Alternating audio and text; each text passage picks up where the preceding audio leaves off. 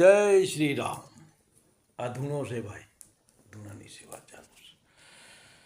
ભગવાન કબીર સાહેબ એમ કહે કે 66 યુગો થયા હું માનવને સમજાવું છું, 66 યુગો થયા હું બધાને બોધ આપું, પણ છતાંય કોઈને બોધ લાગતો નથી. પ્રભુ તમે 66 યુગો થયા બધાને બોધ આપો તો કોઈને કાંઈ જ્ઞાન નથી મળતું, છતાંય હું એ જીવને એમ કહું છું કે હે જીવ, તું સવારમાં વહેલો ઉઠીને પ્રભુની સેવા કર, પ્રભુનું કાર્ય કર, પછી કોઈ પણ કાર્ય મંગળ તમારું અવશ્ય માટે કરો. એ ધર્મ છે. આજે તમે ભગવાનને ભૂલી જાઓ તો બધું નકામું છે. આ બધી વસ્તુ ભગવાનની દીધેલી છે અને આપણે બધા નિમિત્ત છે. કોઈ પણ વસ્તુ નિમિત્ત, આપણું બાળપણ, જુવાની, ગઢપણ, આ બધું યુગે યુગે આવે છે. ભગવાન શ્રી કૃષ્ણએ કીધું છે કે કર્મણે રાધિકાએ મા ફલેષુ કદાચત કર્મણે હેતુ ભૂરમાં હરભવાની યુગે યુગે.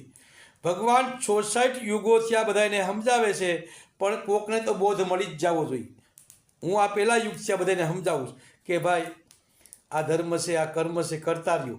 કબીર સાહેબની વાણી હંમેશને માટે કોઈ પણ જીવ તરો અને ઉગરો, તમારી પત્ની, તમારા છોકરા, તમારા ભેગું કાંઈ નહીં આવે, અને અંતે આ શરીર તમારું એકલું જવાનું છે.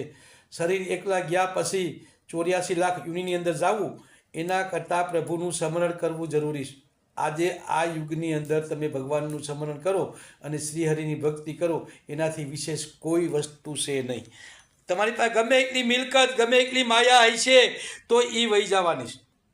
એ તમારી ભેગી નહીં આવે. ભેગું આવશે તમારું કર્મ.